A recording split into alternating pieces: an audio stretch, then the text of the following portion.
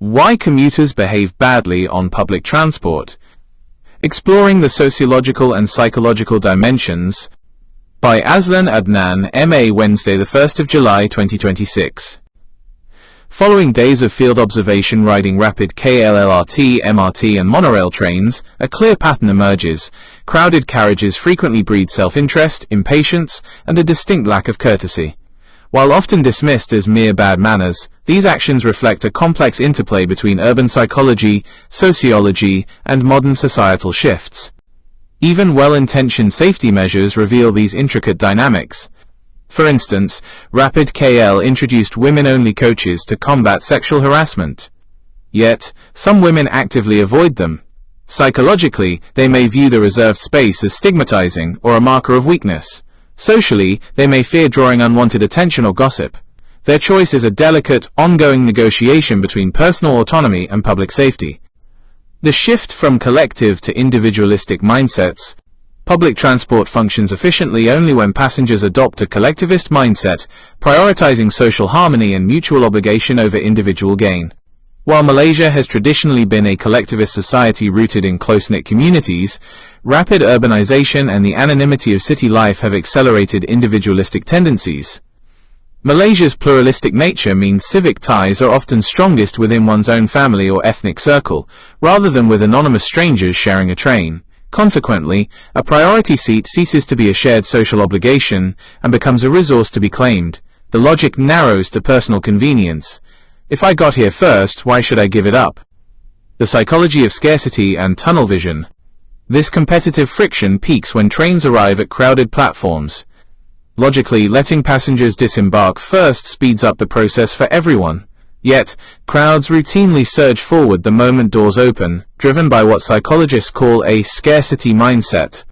When resources like time, space, or available seating are perceived as limited, the brain suffers from cognitive tunnel vision. This narrowing of attention consumes the mental bandwidth normally used for empathy, planning, and self-control. On a railway platform, the immediate urge to secure a spot overrides cooperative logic.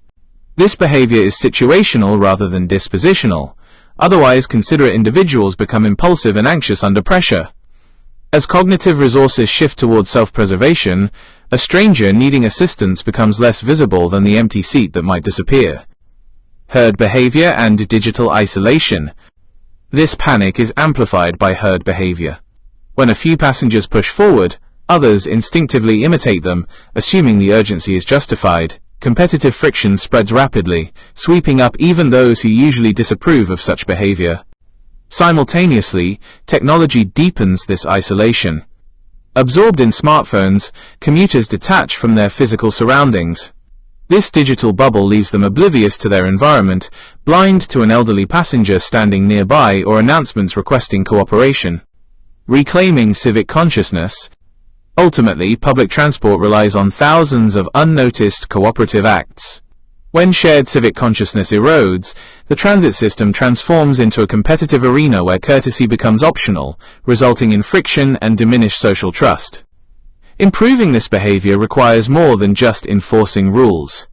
We must restore the understanding that individual convenience and collective welfare are complementary goals.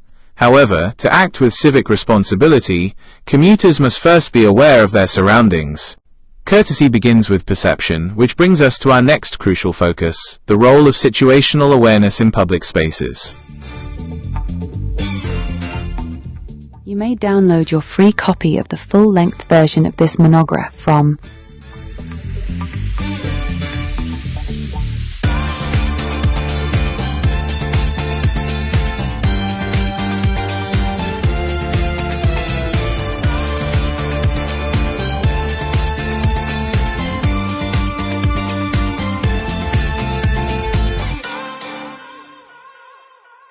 Situational Awareness in an Age of Distraction by Aslan Adnan, M.A., Wednesday, 1 July 2026.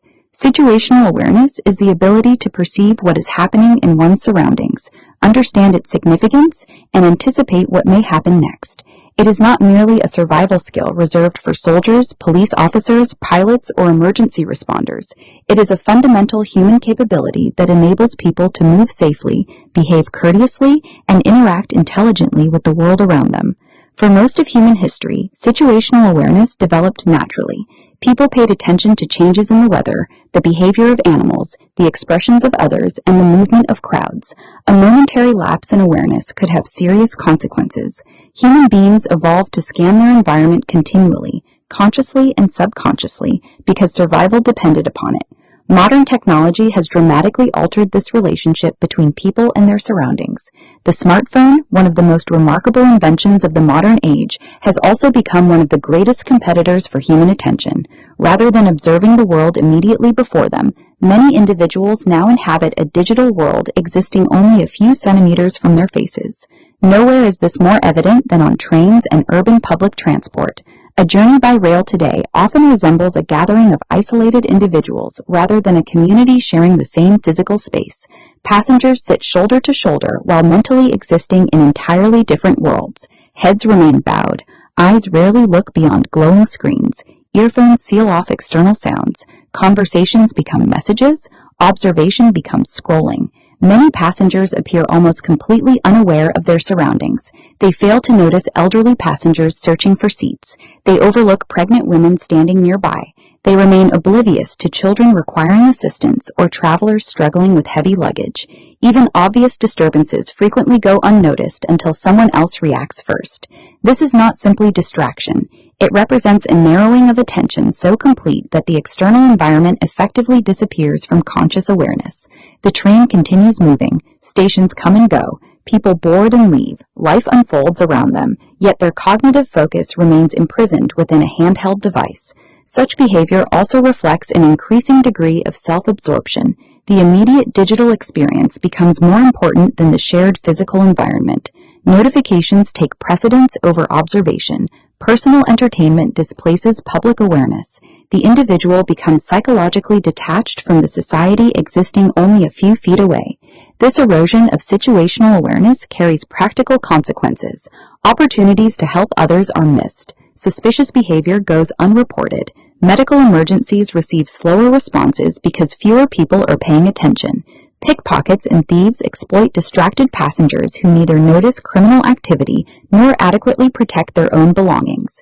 In emergencies requiring rapid evacuation, valuable seconds may be lost while individuals struggle to disengage from their devices and comprehend what is happening.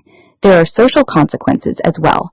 Public transport is one of the few remaining places where people from every social background occupy the same shared space.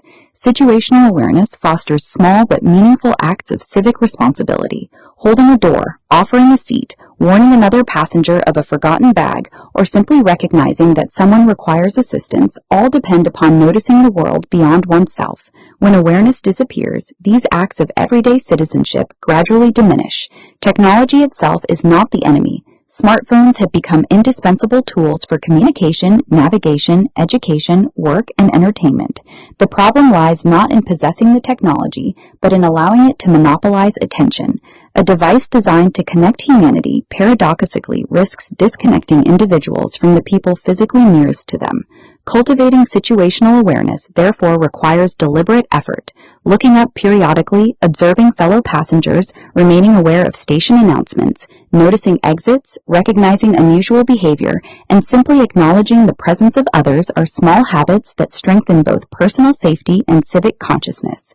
The most observant individuals often appear unremarkable. They are neither anxious nor suspicious. Instead, they maintain quiet attentiveness. They notice details without staring. They anticipate problems before they develop. They remain mentally present rather than digitally absorbed. Situational awareness ultimately reflects a philosophy of living. It is an acknowledgement that every individual exists within a wider human environment rather than inside a private digital bubble. Awareness cultivates responsibility because one cannot respond to what one fails to perceive. The train carriage therefore serves as a revealing metaphor for modern society. It contains two contrasting populations occupying the same physical space. One group remains immersed in a personalized digital universe, largely oblivious to everything beyond the screen. The other continues to observe, think, anticipate, and engage with the reality unfolding around them. The difference is not simply where they direct their eyes, it is where they direct their minds. In an increasingly distracted world, situational awareness has become more than a practical skill. It has become a quiet expression of respect for oneself, for others, and for the shared spaces in which civilization itself depends. You may download your free copy of the full-length version of this monograph from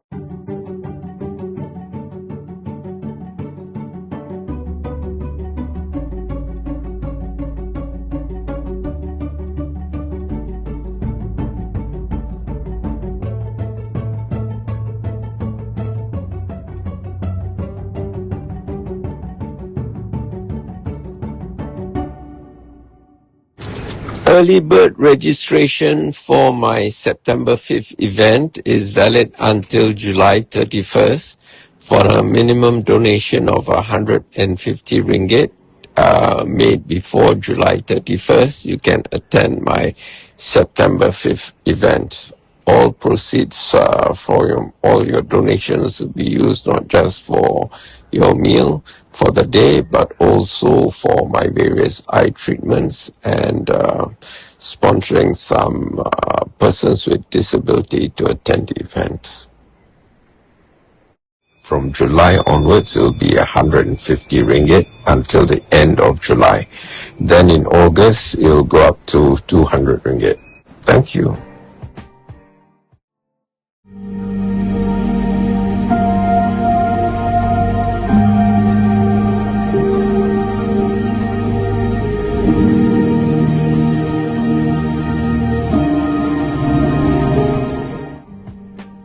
How to attend Aislan Adnan's Meet the Author Luncheon at the Hungry Tapir, 135 Petaling Street, Kuala Lumpur, short walking distance from the Pasar Seni MRT LRT station, from 12:30 hours, Saturday, 5th September 2026. Step 1. Download all my 30+ books on nutrition for free from Z Library using this URL.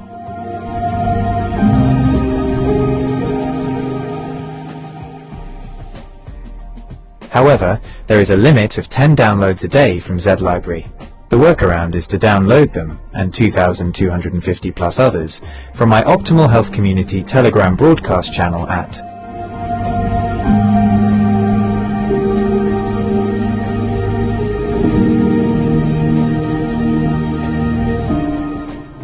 EPUB Electronic Publishing. All my free ebooks are published in .epub electronic publishing format. If you are still living in the dark ages and only know .pdf, portable document format, and never heard of .epub, don't worry. You are about to have a mind-blowing experiential learning journey. If you use an Apple device, .epub files open in the Books app. If you are an Android user, use Universal Book Reader or a similar app. If you need further instructions on how to read .epub documents, just ask your favorite AI app to teach you. If you have never used an AI app before, start with Grok, Gemini, or ChatGPT. Then move on to DeepSeek, Claude, or Kling later. Step 2. I have put all my books in the public domain, and you may share them freely. In fact, I strongly implore you to do so. Viralize them, make sure they reach every person who needs the knowledge contained in them. In Malaysia, the most recent data from the National Health and Morbidity Survey 2023 shows that 21.8% of adults are obese and 32.6% are overweight. This means the total combined rate is 54.4% of adults. Scary huge percentages of Malaysians are diabetic or suffer from other non-communicable diseases, NCDs. To be specific, in Malaysia, about 15.5% of adults have chronic kidney disease, CKD, up from 9.1% in 2011. Around 21.4% of adults aged 30 and above are at high risk of cardiovascular disease, CVD. Among older adults, about 8.5% have dementia, equating to roughly 260,000 people as of 2022. A nation is only as strong as its human capital. How strong can a nation be if more than half its population is fat, sick, and nearly dead? Of what good can you be to your family if you are fat, sick, and nearly dead? You owe it to yourself to be the best version of yourself that you can possibly be. Step 3. Read the books. Follow whatever advice that makes sense to you. If something doesn't make sense to you, or causes cognitive dissonance, you can ask me clarifying questions on the 5th of September. Also, be prepared to report on the 5th of September what improvements in your health you have noticed. So far, one person has seen her total cholesterol level drop from always above 5 to 4.6. Another has resolved a chronic constipation issue. I have written 2 books on human stool classification and stool analysis. Another person who wakes up every morning with a white layer of mucus on her tongue for more than half her life now wakes up with a clear tongue. Step 4. Make the minimum donation by the required dates. The longer you prevaricate, the higher the minimum donation gets. Minimum donation per pax: 100 ringgit for donations received by June 30th, 150 ringgit for donations received by July 31st, 200 ringgit for donations received by August 31st, 500 ringgit for donations received by the 5th of September and for walk-ins. Places are limited. However, I do not wish to deprive anyone. If enough people register, we can take over the whole restaurant, so make your donations early to reserve your place. Purpose: your donations will go towards sponsoring persons with disability, PWD, to attend the event, and also towards my various ongoing eye treatments. Sponsorship: if you run a business and wish to promote your business, you can sponsor door gifts, gift vouchers, or even cash.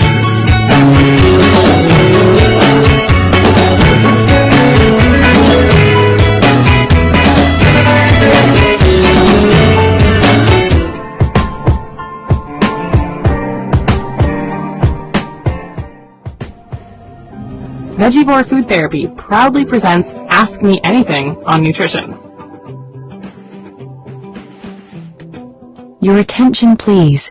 Vegivore Food Therapy proudly organizes a unique, transformative event on Saturday, 5 September 2026, starting at 12:30 hours at the Hungry Tapir, 135 Jalan Petaling Street, 50000, Kuala Lumpur.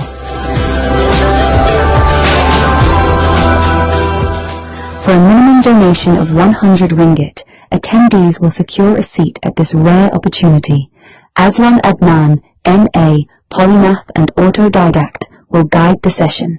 A writer and researcher in nutrition science, Aslan has authored dozens of books on plant-based bioactives, antioxidants, and the chemistry of whole foods. In this session, he will lead a dynamic Ask Me Anything on Nutrition session. All 30 of his nutrition books are in the public domain and are downloadable at the link below.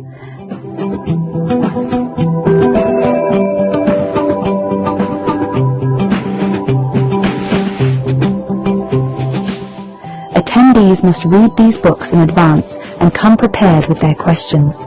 This is a singular chance to engage with one of today's leading independent nutrition thinkers. Don't miss it. A healthy, whole food, plant-based lunch with the menu curated by Aslan Adnan will be served. No need to write your name in the reference of the bank transfer, as it will automatically be displayed, but include your phone number in case we need to contact you for any last-minute changes.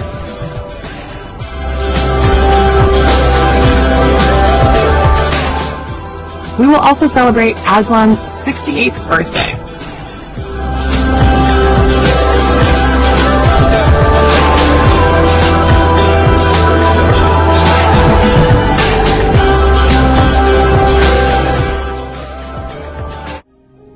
Some of you have been wondering why a YouTube channel devoted to green political philosophy and ideology would address health issues. The stark facts are these. Data from the National Health and Morbidity Survey in Malaysia 2023 shows that 54.4% of adults are either overweight or obese, with 32.6% classified as overweight and 21.8% as obese. Abdominal obesity, per Rogbo Roy, was also reported at 54.5%. Compared to 2011, the combined prevalence of overweight and obesity has increased from 44.5% to 54.4%. According to the same survey, 15.6% of adults in Malaysia have been diagnosed with diabetes, kencing manis. Additionally, about 21.4% of Malaysian adults aged 30 and above have a high 10-year calculated risk of developing cardiovascular disease, CVD, sakit jantung. In Malaysia, precise prevalence data for diagnosed CVD is somewhat limited. Data from 2010 to 2021 indicated that 16.6% of all registered deaths were due to CVD. A 2015 survey found that 14.1% of working-age adults had diabetes, 24.5% had hypertension, and 45.9% had high cholesterol. The World Heart Federation also noted in 2022 that around 11% of deaths in Malaysia are linked to CVD. In 2011, the prevalence of chronic kidney disease, CKD, sakit buah pinggang, was 9.07%. A nationwide study in Malaysia in 2018 estimated that 15.48% of adults, over 5 million people, have CKD. It really is alarming. These numbers are striking, especially when you consider how rapidly they have grown over just a decade. It is a massive public health challenge. In light of these statistics, the implications for nation building and capacity building are stark. What value does a nation have if more than half its population are fat, sick, and nearly dead?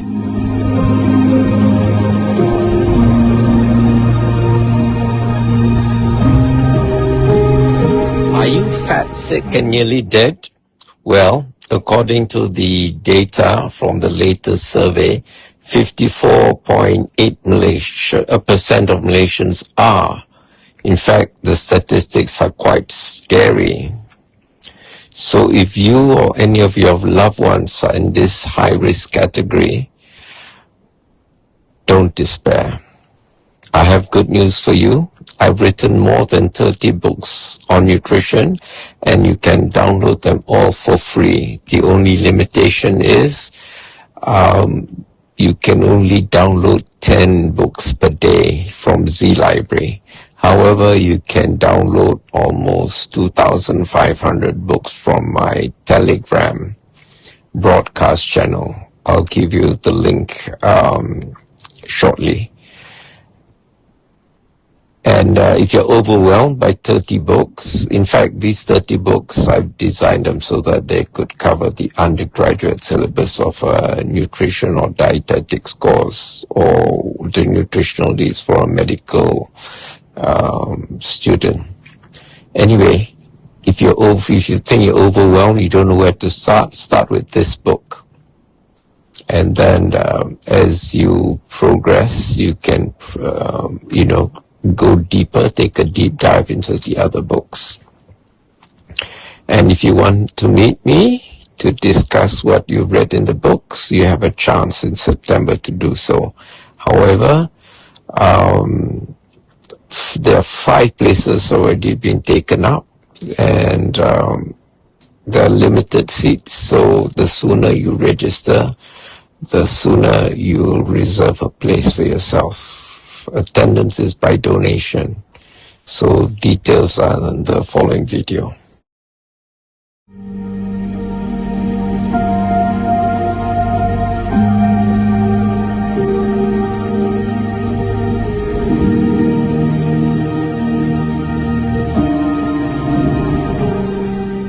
It is for this reason that I've written more than 30 books on health and nutrition and put them all in the public domain. Why nutrition? Because nutrition is the single biggest factor and lowest hanging fruit we can address to improve our health. 80% of our health is influenced by nutrition, which is our biggest exposure to the environment. The others are genetics, at 5%. But even with genetics, the emerging science of epigenetics shows how we can switch off bad genes and switch on good ones with nutrition. The remaining 15% relate to other lifestyle factors, including sleep, meditation, relationships, air quality, and so forth.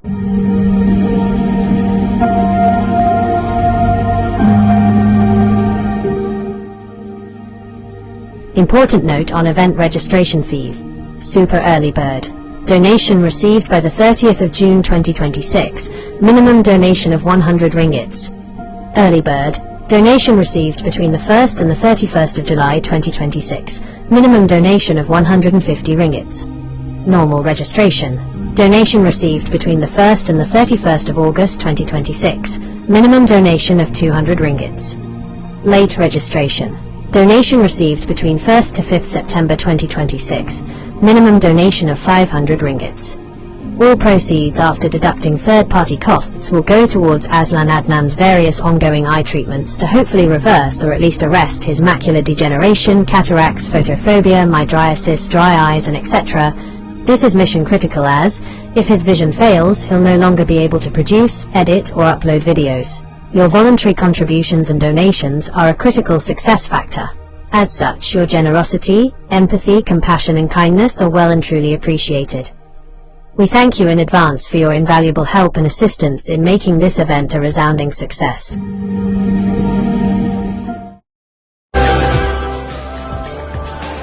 About the author. Aslan Adnan, M.A., is a writer and independent researcher whose work focuses on nutrition science, food systems, and the biological foundations of human health. His writing examines how natural foods contain complex compounds that interact with human physiology in ways that may support long-term well-being. He has a particular interest in plant-based bioactive compounds such as polyphenols, carotenoids, flavonoids, and other phytochemicals found in fruits, vegetables, herbs, spices, algae, and fungi. His research explores how these compounds function in plants and how they may influence human nutrition when consumed as part of a balanced diet. Aslan approaches nutrition from a multidisciplinary perspective, drawing on biochemistry, plant biology, and public health nutrition. His work aims to translate complex scientific concepts into clear explanations so that readers can better understand the nutritional value of everyday foods. He is the author of several books examining natural sources of antioxidants and other dietary compounds. Author of the Antioxidant series, Antioxidants in Herbs and Spices, Antioxidants in Algae, Microalgae, and Fungi, Antioxidants in Fruits and Vegetables, Antioxidants in Nuts and Seeds, Antioxidants in Berries. Author of the Nutrient series, Macronutrients, Volume 1, Carbohydrates, Macronutrients, Volume 2, Lipids, Macronutrients, Volume 3, Proteins, Micronutrients, Vitamins, Trace Elements, and Minerals, Anti-nutrients, the hidden blockers in your food, Phytonutrients, the quiet power of plants, Water, the forgotten fourth, a macronutrient you can't ignore. Other books on health and nutrition. Tuber's briefing paper, 2nd edition. Aslan's 5-Powder Manifesto. Eating the Greek Way, how cultural habits support health without trying. Ideology on a Plate, how Robert F. Kennedy Jr. turned U.S. dietary guidelines into a scientific farce. Maslow in 2026, a practical guide to actual needs, not scrollable wishes. These works form part of an ongoing series exploring the chemistry, biological roles, and nutritional significance of bioactive compounds in plant foods. Through his writing, Aslan advocates a practical food-first approach to nutrition. His work emphasizes whole foods, dietary diversity, and balanced eating patterns, rather than reliance on isolated nutrients or supplements. He holds a Master of Arts in International Business and Management from the University of Westminster in London, and writes extensively on nutrition science, health, and food-based approaches to long-term well-being. Aslan Adnan, the quiet revolutionary of real food writing. Aslan Adnan, M.A., is a Malaysian polymath who spent decades turning food into philosophy. Raw, unfiltered, no hype. You won't find him pushing superfoods or miracle diets. He dissects what actually works. Whole plants, spices, microbes, and the quiet chemistry that keeps bodies humming. With over 30 books, self-published, shared freely on Z-Library, Facebook groups, Telegram channels, Aslan's output is prolific. Part manifesto, part manual. Early works like Spring Has Sprung, a psychological thriller, and travelogues On the Road to the East Coast reveal his roots in journalism, advertising, and storytelling. But nutrition became his mission. Educated with a Master of Arts in International Business and Management from the University of Westminster, London, he taught at the School of Management, Royal Holloway, London, while pursuing doctoral research in business strategy and environmental management, specializing in the international timber trade. That academic backbone, rigor, systems thinking, sustainability, bleeds into his food writing. No fluff, just evidence. The core series, the Macronutrients Trilogy, Volume 1 on carbohydrates, glucose, fiber, metabolism, Volume 2 on lipids, fats, omega-3s, inflammation, Volume 3 on proteins, repair, enzymes, muscle. Then micronutrients, water, and anti-nutrients, the plant world's double-edged sword. Anti-nutrients are naturally occurring compounds in whole foods, phytates, oxalates, lectins, goitrogens, that can bind minerals, block enzymes, or mess with absorption.